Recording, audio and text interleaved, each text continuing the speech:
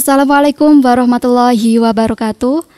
Kembali lagi di acara podcast bersama saya Vivi. Kali ini kita akan membahas tema yang sangat menarik nih, yaitu tentang ibu. Dan alhamdulillah sudah bersama saya di sini narasumber kita, yaitu Bu Prima. Beliau adalah seorang dosen di Institut Agama Islam Negeri Kediri. Assalamualaikum Bu Prima. Waalaikumsalam warahmatullahi wabarakatuh, Mbak Vivi. Bagaimana kabarnya hari ini Bu Prima? Alhamdulillah baik. Alhamdulillah, semoga selalu baik dan selalu sehat ya Bu Prima ya. Amin. Karena cuacanya sekarang itu kadang tuh panas, kadang dingin gitu ya Bu ya. Iya.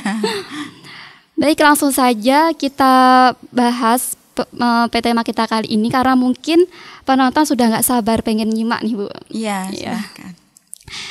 Jadi sebenarnya apa sih makna Hari Ibu menurut Bu Prima itu? Ya, makna Hari Ibu ya. Iya. Setiap tanggal 22 Desember itu ya kita memperingati ya Hari Ibu. Kalau menurut Bu Prima, karena ini kan sifatnya subjektif ya Mbak Vivi ya. Karena kan pendapat pribadi loh ya. Tentunya setiap ibu juga gak akan sama memaknai Hari Ibu ya. Kalau saya sendiri memaknai Hari Ibu itu adalah untuk mengingatkan saya ya, apalagi saya sudah menjadi ibu sekarang ini posisinya, mengingatkan bahwa arti pentingnya sosok ibu itu dalam kehidupan Bu Prima itu sangat luar biasa gitu ya. Jadi memaknai Hari Ibu ya kita diingatkan bahwa ibu itu ya sangat berarti sekali. Perannya luar biasa, keberadaannya itu kalau tidak ada ibu ya seperti kehilangan kehidupannya itu separuh kalau menurut Bu Prima. Begitu Mbak Vivi. Ya, jadi ibu itu emang sangat berarti bagi kita gitu ya Bu ya. Iya, bagi saya pribadi. Ngomong-ngomong Hari Ibu itu kan sebuah perayaan nih Bu ya. Iya. Nah, jadi pernah nggak sih Bu Prima itu merayakan Hari Ibu? Kemudian bagaimana Bu Prima dalam merayakannya? Kalau saya sendiri untuk merayakan yang secara khusus, maksudnya ngundang teman-teman atau teman-teman ibu saya, terus saudara-saudara untuk khusus kita merayakan Hari Ibu nggak pernah ya, sekedar itu ngasih kado gitu loh Mbak Vivi. Jadi waktu saya kuliah itu ya, karena kan waktu SMA itu kan belum tahu kan arti peran masa Hari Ibu itu maksudnya kita kurang memaknai gitu. Waktu saya kuliah itu kan terpisah ya, saya di Solo, ibu saya kan di Kediri. Nah, ketika saya di Solo itu kadang kan ya kita ingat ibu kita, kangen gitu, kita sudah siapkan hadiah gitu loh Mbak Vivi, kado untuk kita berikan ke ibu waktu pas tanggal 22 itu. Ya sekedar hadiah kecil yang Bu Prima beli dari uang saku gitu. Jadi kalau kita mau memberi kado itu sebenarnya nggak harus nunggu nunggu hari Ibu ya. ya. Memang cuman karena kok diperingati ada Hari Ibu kan spesial, ada momen spesial pas lah. Biar ada gregetnya, ada berasanya gitu loh.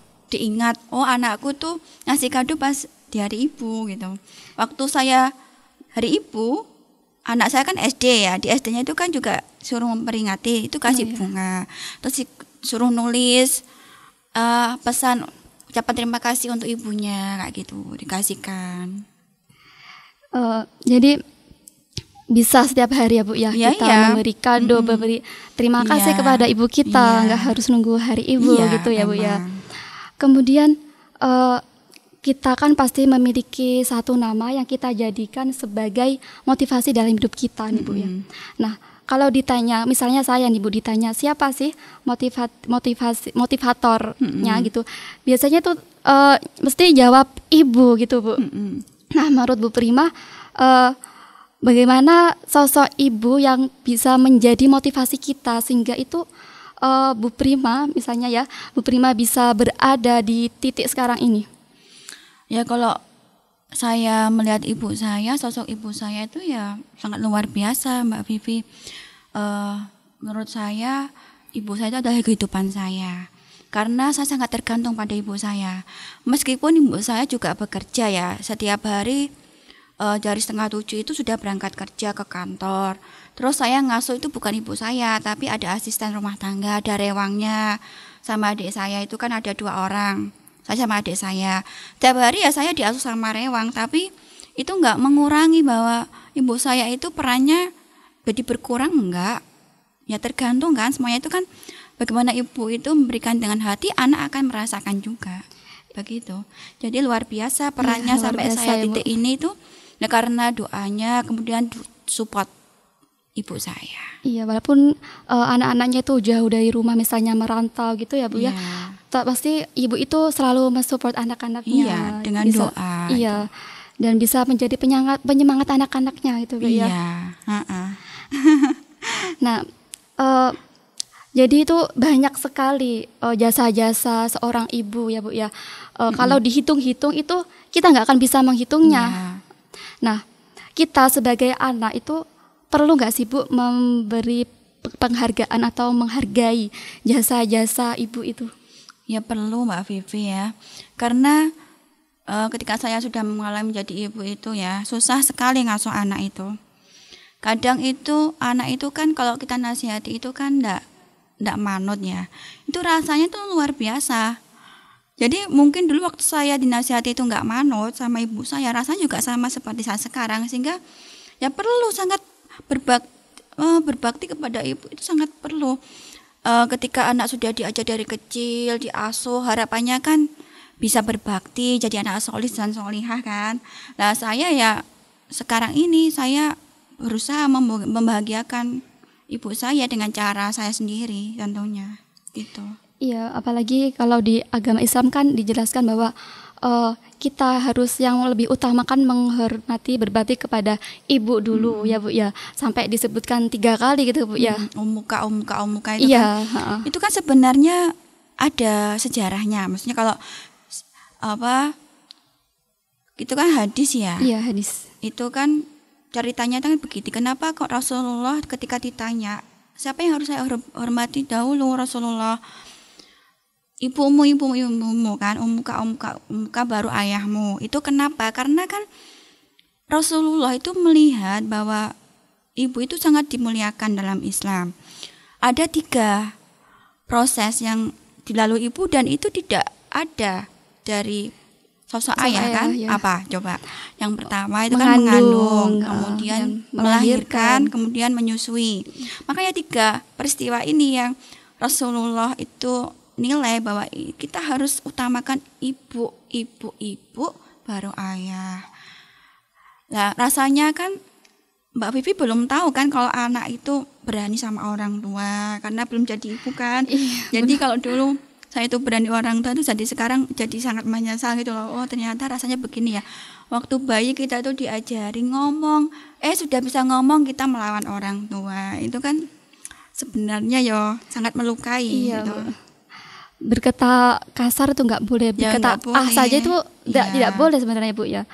Jadi ketika sudah menjadi seorang ibu itu baru merasakan betapa gitu, betapa luar biasanya gitu loh ibu kita itu.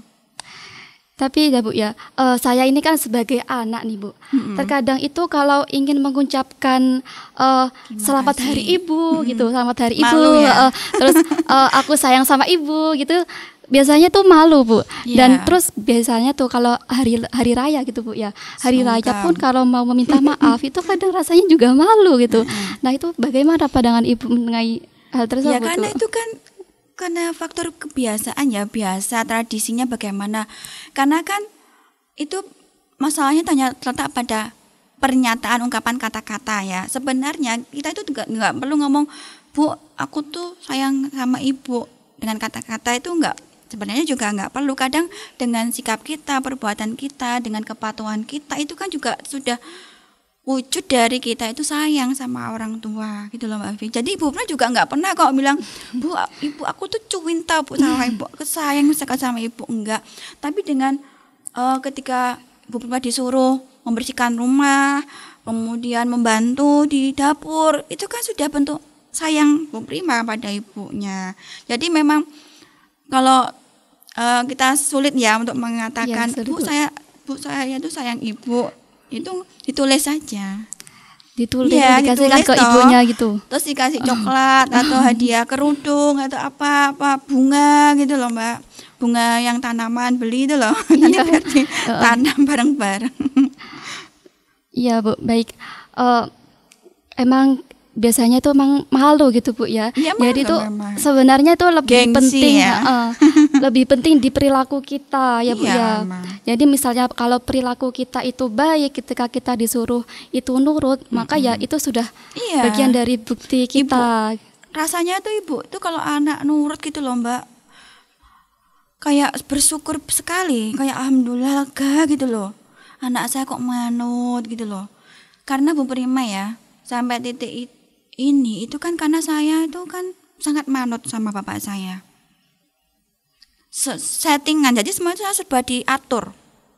Ketika nanti SMA harus, nanti SMA ini, nanti setelah lulus SMA kamu kuliahnya harus ambil jurusan ini saja.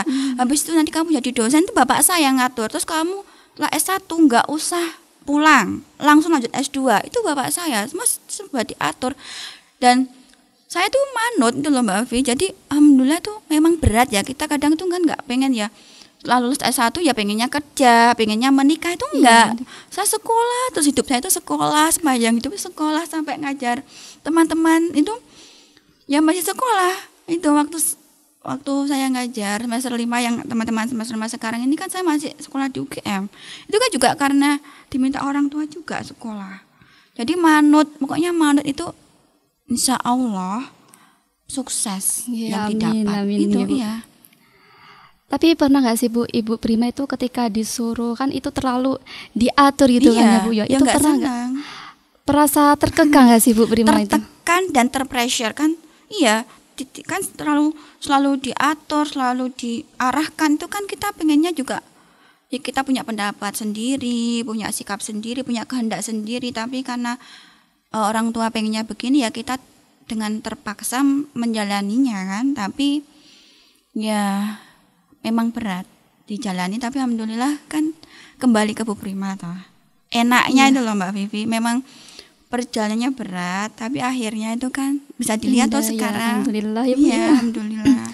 Jadi itu memang semua itu kembali pada diri sendiri Bu ya. Kalau kita dulu ketika menjadi anak itu nurut, maka nanti anaknya juga pasti nurut Iya, ya Bu ya. sukses. Insya Allah sukses.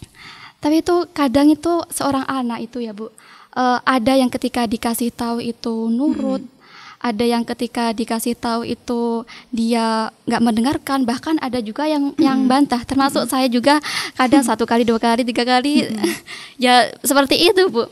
Terus bagaimana cara Bu Prima kan sebagai seorang ibu apabila anaknya itu ketika dikasih tahu itu dia tidak nurut, dia membantah, itu bagaimana Bu?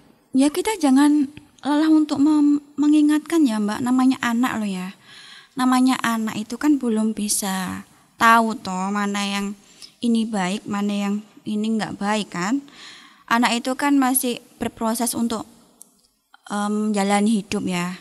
Juga karena pengaruh lingkungan ya kan, Iya, temannya juga begitu. Jadi cara Bu Prima ketika saya menghadapi anak seperti itu ya, jangan marahi anak, jangan menasihati anak ketika anaknya masih emosinya masih tinggi, jangan masih ketika masih sebel, masih nangis, jangan malah dinasihati. Iya, dinasihati. biarkan gitu loh. Habis itu setelah itu tunggu waktu yang bagus ya, dia sudah tenang, terus kita ajak makan atau apa, kita ajak ngomong. Saya seringnya itu ngajak ngomong anak, diskusi, ngobrol di tempat yang dia suka. Misalkan anak saya itu kan dulu sukanya ngafe itu loh Mbak, sejak SD itu. Sobon Sama teman-temannya gitu ya Bu ya? Enggak, Sendirian? ya temannya itu diajak orang tuanya, terus dia bilang pun pengen. temanku sudah di kafe ini kafe itu. Terus makanya anak saya ketika saya pulang dari Jogja itu sekolah kan saya meninggalkan anak itu sejak kelas 2 SD toh sampai naik SMP ini saya kan nggak pernah ketemu anak saya sekolah kan 5 tahun. Iya. Itu ketika saya pulang itu ya saya ajak terus ngobrol, karena selama ini sejak bayi kan diasuh neneknya. Saya kan nggak pernah seraful gitu loh Mbak ngasuh anak itu. Tapi kedekatannya masih Kalau bisa itu Bu ya. kalau ada saya ya mesti nyari anak saya. Kan biasanya tuh ada sih Bu yang ketika orang tuanya itu kerja, kok kedekatan antaranya anak dengan ibu itu kayak udah nggak deket lagi gitu loh Bu. Iya. Kayak Ya cuma seperti itu. tergantung bagaimana hati yang berbicara toh Mbak. Iya. meskipun kita sebentar ketemunya, tapi kalau hati kita bicara dan masuk toh, kualitas kan itu lebih penting dibanding kuantitas. Semakin kadang sering ketemu tapi nggak ada dekat loh, ada juga seperti itu. Iya, ada Mbak. Begitu Mbak Vivi. Berarti itu yang penting itu anaknya Cara, suka, iya. nyaman gitu Bu ya. Iya. Terus kalau saya itu saya meniru cara mendidiknya itu Ali bin Abi Thalib itu loh. Dia kan mendidik anaknya dengan 3 cara toh. Ketika anak usia 0 sampai 7 itu diperlakukan sebagai raja. Ya dilayani dengan baik, diasuh, diberikan kasih sayang yang sangat luar biasa, pokoknya dituruti ya, tapi bukan dalam arti memanjakan ya. Ketika usia 7 sampai 14 itu kita jadikan itu tawanan, karena di usia itu kan masa-masa akil balik yang dia menunjukkan kehendaknya jadi dirinya itu kan harus ada aturan, harus ada tanggung jawab yang harus diberikan juga gitu loh. Kemudian ketika sudah usia 14 sampai 21 itu saya jadikan sahabat. Nah, ini anak saya masih usia 13 ya. Nanti kalau 14 sampai 21 itu kita jadikan sahabat, jadi teman. Jadi biar dia mau terbuka, diajak diskusi. Tapi sejak dulu anak saya ajak diskusi terus, Mbak. Gitu. Jadi enjoy gitu Bu Biar ya. dia tuh biar cerita terus. Setiap hari tuh kenapa, setiap hari apa. Karena kan kalau sekarang ini kan banyak tuh kasus-kasus seperti anak yang depresi, stres, bunuh diri sampai gitu loh Mbak, sampai menyakiti diri, kan bahaya ya. Iya, banyak sekali. Makanya anak-anak itu harus diajak ngobrol, harus ngomong. Harus diperhatikan dengan cara ngobrol, ngomong. Kalau kita nggak pernah ketemu, di telepon toh kan bisa. Iya. Video call atau apa. Banyak cara sebenarnya kalau di era sekarang menghadapi generasi milenial itu dengan bantuan teknologi. Iya, baik Bu. Tapi dengan kedekatan antara orang tua dengan anak yang bisa dibilang itu seperti teman, itu kadang tuh ada juga Bu yang dia itu karena sudah terlalu akrab, terlalu enjoy itu sampai sudah kayak teman beneran gitu loh Bu, sampai sopan santunnya itu kurang diperhatikan. Ya memang Mbak Vivi, semua metode itu ada plus minusnya ya. Ketika kita memberikan kebebasan pada anak, tentu akan ada kekurangan di titik ini. Nah, ketika kita melihat ada kekurangan di titik itu, kita tutup dengan apa? Memberikan nasihat toh, diingatkan, nggak parang atau nggak boleh kalau seperti itu. Kalau sama orang tua harus bicaranya nggak boleh dengan nada tinggi atau yang sopan. Adab-adab itu harus tetap dikasih tahu Mbak, karena memang kadang di sekolah pagi pandemi yang daring ya kan dia nggak mengenal tata krama, etika, akhlak, adab, iya kan? Iya. Nah, memang untuk etika itu kan sangat mengalami degradasi tahu sekarang ini. Anak nggak ngerti bagaimana bersikap sama orang tuanya. Kalau memang orang Jawa itu kan ada bahasa kromo itu loh ya. Iya, bahasa kromo. Nah, itu memang tergantung ya. Misalkan di keluarganya Mbak Vivi itu budayanya harus kromo inggil ya Mas. Ya harus diajarkan, tapi kalau di Ibu Prima enggak. Jadi bahasa Jawa tapi yang biasa. Tapi kalau misalkan iya kan inggih, mboten itu ya harus bisa kan, itu standar. Iya. Bahasa sehari-hari. Kalau orang Jawa tuh kan emang lekat banget dengan bahasa Jawanya Bu. Termasuk saya ini kan kalau mau bicara sama orang tua pakai bahasa Jawa Inggir itu kadang juga malu Bu, karena dari kecil tuh nggak diajarkan gitu Bu. Terus kalau misalnya ingin memulai berbicara dengan bahasa Jawa Inggir itu sebaiknya itu kita berbicara dulu sama orang tua atau langsung saja gitu Bu. Ya banyak cara ya, sama orang tua boleh, sama teman boleh, sama lingkungan boleh. Biasanya anak-anak itu akan ngomong bahasa Jawa itu kalau dia itu di lingkungan. Tapi kalau kembali ke rumah itu enggak, sudah biasa. Kecuali memang sejak kecil orang tuanya mengharuskan anaknya itu harus kromo inggil gitu loh Mbak Vivi. Jadi kan di sekolah diajari toh bahasa daerah itu bahasa Jawa toh. Ada nguku, madyo, inggil.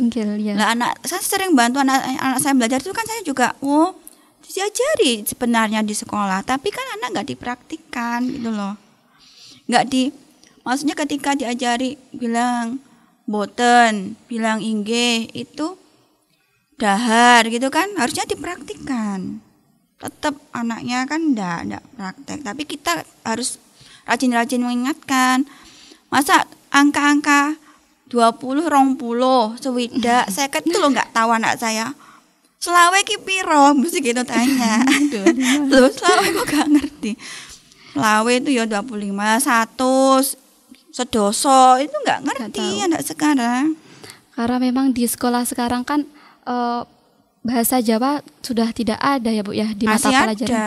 Tapi banyak yang sudah SMP tidak masih ada Bu. juga. Di sekolah saya yang dulu sekarang sudah Di mana itu? Di Rembang. Saya malah asli Rembang ada. Bu. Malah nggak ada tuh. Iya nggak ada malah Bu. Dihilangkan. Waktu Jadi SD itu apa SMP? kalau dulu SMA? saya pas sekolah itu masih ada, tapi yang sekarang itu nggak ada. nggak ada malah. Muatan lokal itu kan bisa bahasa Iya. daerah itu. Terus kenapa kok bahasa Jawa itu hilang? Anak-anak nggak mengenal itu karena sejak kecil diajak ngomongnya Indonesia kok Iya. sama orang tuanya. Padahal itu nggak perlu. Karena kalau bahasa Indonesia anak akan bisa sendiri. Tapi kalau bahasa Jawa kan nggak bisa, harus belajar. Bahasa Indonesia itu kan bahasa pergaulan kita ya. Nanti di sekolah pun akan bisa sendiri loh bahasa Indonesia itu. Jadi nanti Mbak Afi kalau punya anak nggak usah diajar bahasa Indonesia, bahasa Jawa Bahasa saja. Jawa. Bahasa Indonesia kan otomatis dia akan Iya. bisa. Menurut Bu Prima, ibu yang baik itu ibu yang bagaimana Ibu? Ya, ibu yang baik itu kan subjektif ya. Kalau menurut Iya. saya ibu yang baik itu yang bisa melayani anaknya dengan sesuai dengan kebutuhannya Mbak Vivi. Ketika anak masih bayi ya saya memberikan kasih sayang yang sesuai usianya gitu. Jadi ketika sudah sekarang ABG ya, karena usia sudah 13 ya, saya harus bisa memposisikan ya, bisa melayani anak sesuai dengan tumbuh kembangnya. Kalau saya begitu. Ya meskipun saya itu kan suka ikut pelatihan parenting gitu ya. Ada parenting di mana dulu itu saya ikut cara mendidik anak yang cara Rasulullah, cara yang modern, yang cara apa. Terus buku-buku parenting saya juga punya banyak. Tetapi ketika dipraktikkan itu terkadang tidak cocok sama anak kita. Yang tahu anak kita kan saya sendiri, ya. sehingga kadang jangan disamakan sama anak tetangga. Lo anakku lo gini mau lo, enggak, makanya enggak usah disama-samakan. Terus kita enggak usah kok anakku seperti ini, kok anaknya dia sudah seperti itu, enggak usah. Ya bagaimana kalau misalkan anak kita itu belum bisa seperti ini, usaha kita apa agar bisa, kan begitu. Jadi cara untuk mendidik anak itu banyak variasinya Bu ya. Iya. Tergantung anaknya dan juga orang tuanya. Harus dilihat dulu karakter anaknya. Gitu. Tapi terkadang itu ya Bu, anak itu sering dibanding-bandingkan memang Bu. Kayak misalnya ada temennya yang lebih berprestasi misalnya, ini lo bisa kok kamu gini-gini. Nah Gitu, itu kan Bu. karena kurang edukasi saja.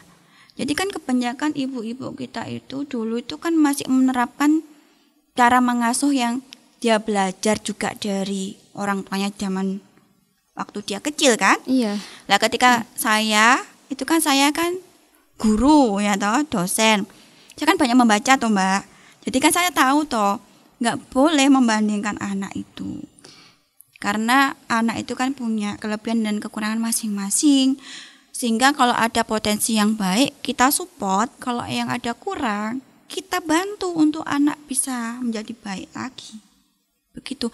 Jadi nggak usah dibully, nggak usah dibanding-bandingkan, nggak usah diejek gitu loh. Sama kakakmu dulu begitu, adikmu saja ngono, nggak usah temanmu itu siapa sih si Rita pintar kamu nggak mau belajar, nggak usah gitu loh. Kan orang tua itu beda-beda sih Bu ya. Iya. Ada yang tahu juga ada yang nggak tahu gitu Bu. Tapi kalau membandingkan era ya, Iya. misalkan Bu Prima, bunda dulu itu kalau pakai alat-alat tulis itu harus dihemat. Beli itu ya kalau udah habis baru beli. Kalau lah kamu kok enggak, itu enggak boleh kayak gitu. Kan anak sekarang kan juga enggak suka toh. Itu kan dulu, sekarang beda kan begitu. Apalagi kalau sekarang semua serba tersedia ya. Naik sepeda enggak mau, ada Gojek, Iya. antar. Terus pokoknya beli makanan tinggal mencet. ya, beli GoFood itu. Tinggal pencet. Terus makan seadanya di rumah nggak mau. Lah, itu kan kalau dibandingkan, ya kan dulu belum punya uang, sekarang sudah punya uang. Anaknya kan mesti jawab terus ya Mbak. Ya itu kan harus tetap diingatkan, harus diberikan gambaran gitu loh. Kalau memang eranya dulu itu seperti itu, tapi kan kamu juga baik kalau terapkan di sekarang. Hemat kan bagus, bisa disimpan, ditabung gitu. Jadi harus diberikan argumen gitu loh Mbak Vivi. Yang logis tentunya. Iya, baik Bu. Jadi nih Bu Prima, ada yang bilang bahwa baik buruknya anak itu tergantung ibunya. Itu bagaimana menurut Bu Prima? Ya, kalau saya secara pribadi nggak setuju ya Mbak dengan pendapat itu. Meskipun ada ungkapan itu al-madrasatul ula itu kan ya, al-umum madrasatul ula itu kan, ibu adalah madrasah pertama untuk anaknya.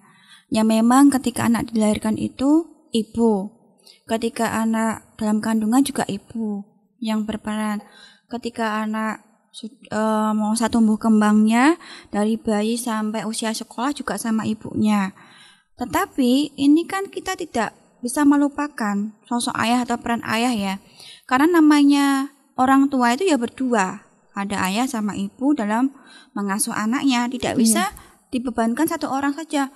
Lah kamu kan ibunya ya, kamu harus tanggung sama anaknya. Ya enggak begitu kan. Tapi harus sama-sama bareng-bareng.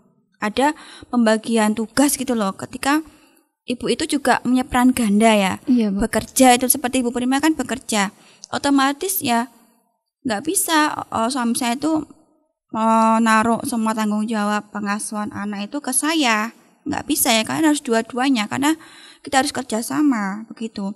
Jadi kalau ada yang masih memahami bahwa tanggung jawab anak adalah ibunya, jelek atau banyak anak adalah tergantung ibunya, yaitu untuk di era sekarang nggak cocok.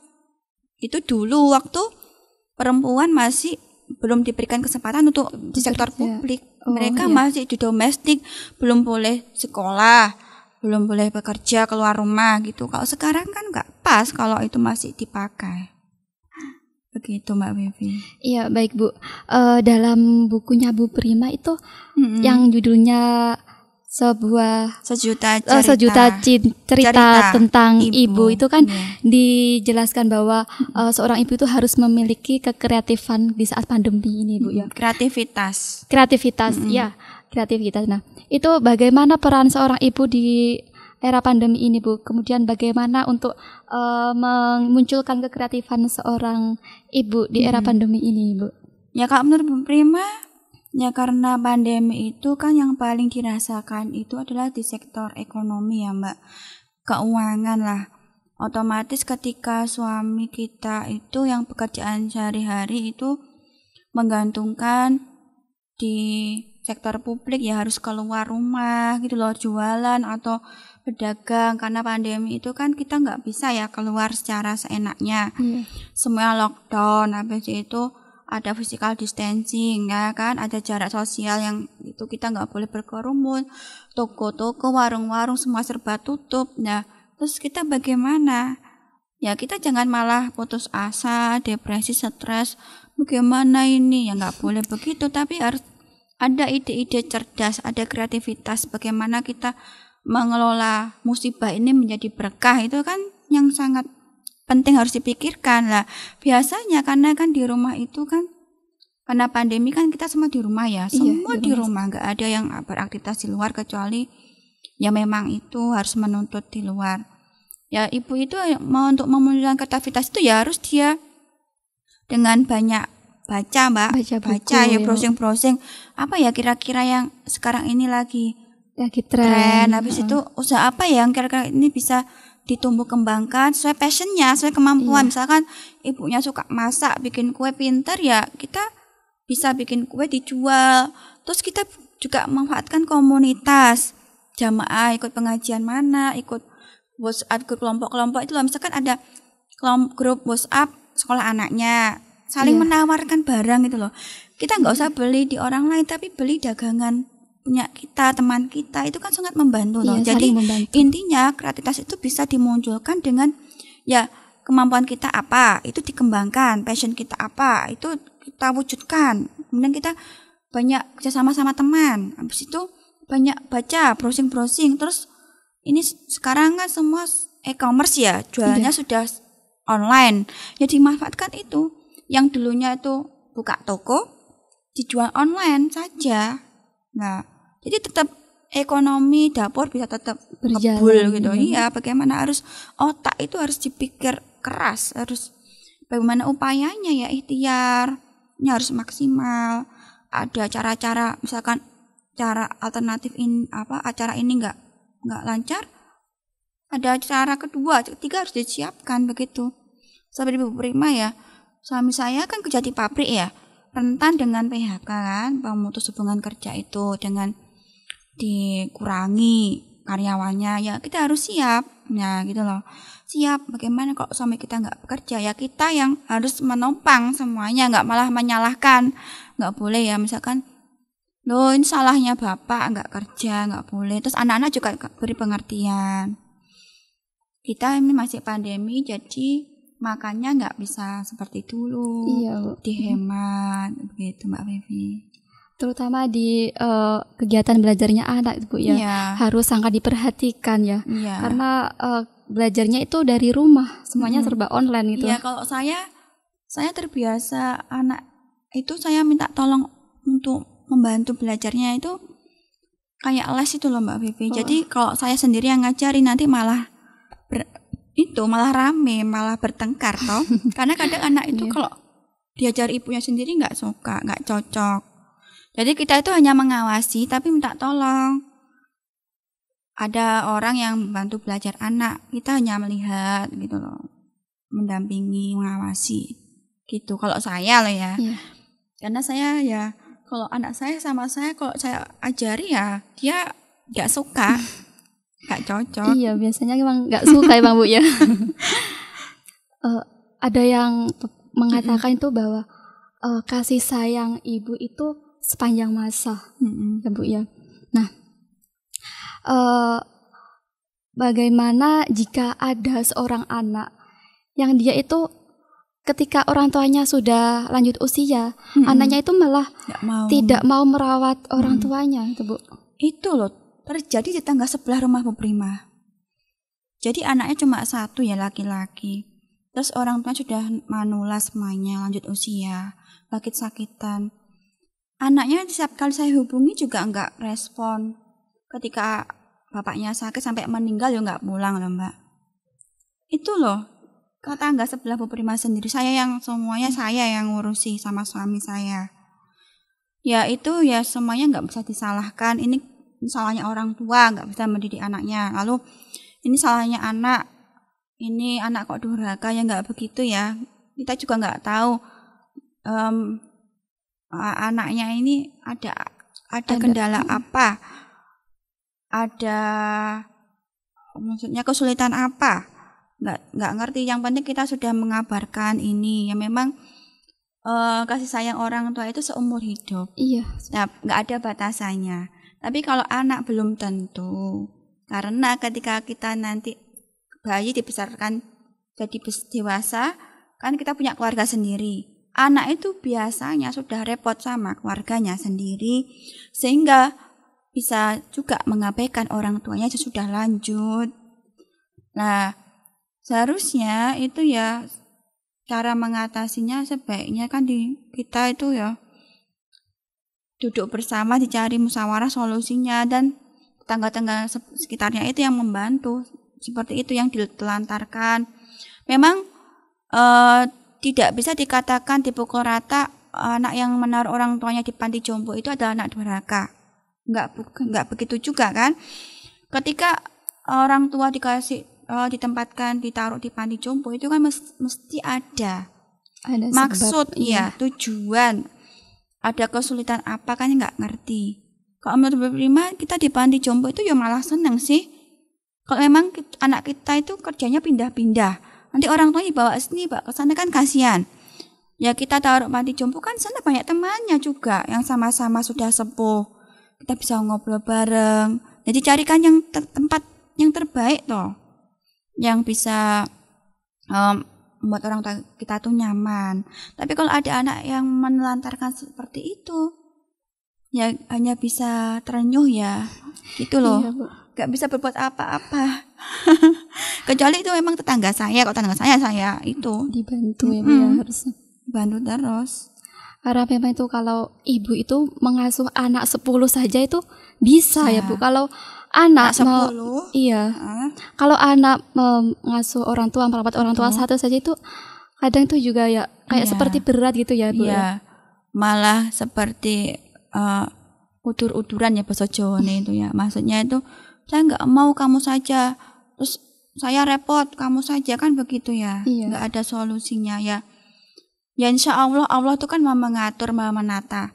Di balik banyak kasus orang tua ditelantarkan, mesti ada orang baik lah yang akan peduli gitu. Sama orang tuanya. Iya, itu saja. Meskipun di media banyak sekali orang tua ditelantarkan, orang tua tak pandai jompo, tapi akan ada solusi juga gitu loh. Ada orang baik yang juga akan memperhatikan, peduli, begitu Mbak Vivi. Ya, satu kali lagi nih Bu. Apa pesan Bu Prima buat ibu-ibu di karena 2 hari lagi ini kan hari ibu nih Bu ya. Apa pesan Bu Prima buat ibu-ibu sekarang, sama terutama saya juga sebagai seorang anak, itu apa pesan-pesan Bu Prima yang ingin disampaikan? Ya, kalau saya mau pesan saya untuk ibu-ibu yang ada di luar sana ya, itu kita harus bersabar. Kuncinya itu kalau kita menjadi ibu hanya sabar. Itu saja. Kadang orang tuh bilang gak sabar. Sabar itu juga ada batasnya. Itu salah menurut Bu Prima. Karena sabar itu nggak ada batasannya. Yang namanya sabar itu ya dijalani, diterima. Ya nggak ada batasan untuk sabar. Harus sabar gitu.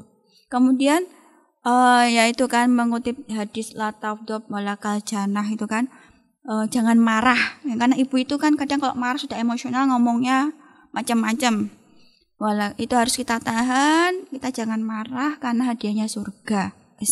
Coba itu sabar saja. Lalu pesan untuk anak-anak ya, untuk Mbak Vivi dan teman-teman, mumpung Mbak Vivi masih ada orang tua, masih ada ibunya, tolong ibunya itu dibahagiakan dengan cara kita masing-masing.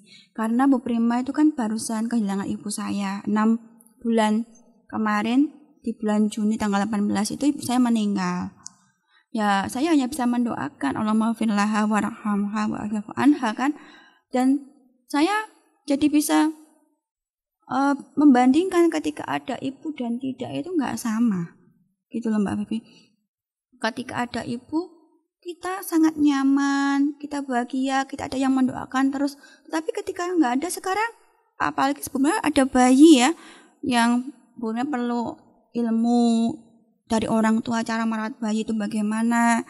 Itu kan saya jadi kehilangan sekali dan merana lah ibaratnya begitu. Tapi ya ini nggak boleh kita bersedih terus ya, kita harus pahami ini adalah takdir Allah, qada dan qadar Allah yang baik. Semua kejadian yang menimpa kita itu adalah hal yang baik.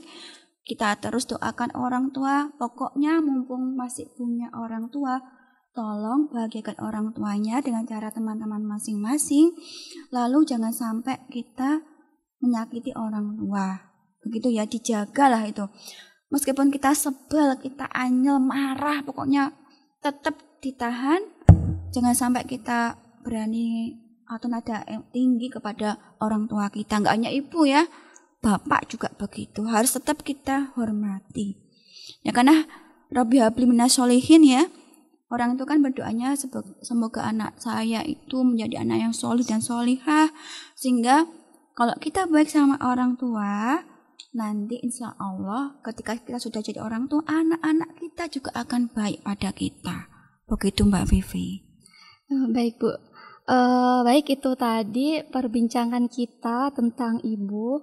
Jadi kita sebagai anak itu harus berbakti kepada orang tua, tidak boleh berkata kasar, Dan salah satu cara untuk berterima kasih kepada orang tua itu adalah dengan kita berbakti, dengan berperilaku yang baik, dan untuk mengucapkan terima kasih itu tidak hanya pada hari ibu saja, gitu ya. Begitu ya Bu ya? Iya. Baik, terima kasih Bu Prima yang Sama-sama. sudah meluangkan waktunya untuk berbincang pada pagi hari ini. Semoga bisa bertemu lagi di lain waktu Bu insya ya. Allah. Terima kasih. Terima kasih juga Mbak Iya. Wibi sudah mengundang Bu Prima dan teman-teman kakak. Semoga sehat selalu. Amin. Ridha Amin. Allah, ridha orang tua, Amin. ya kan? Bahagiakan orang tua kita selagi masih hidup. Kalau nanti sudah meninggal, Anda akan merasa ada sesuatu yang hilang dari hidup kita. Ya, karena biasanya orang itu sadar kalau sudah nggak ada, ya kan? Iya. Baru ya Allah gitu. Nanti astagfirullah begitu. Baik, Vivi pamit undur diri. Terima kasih. Wassalamualaikum warahmatullahi wabarakatuh. Waalaikumsalam warahmatullahi wabarakatuh.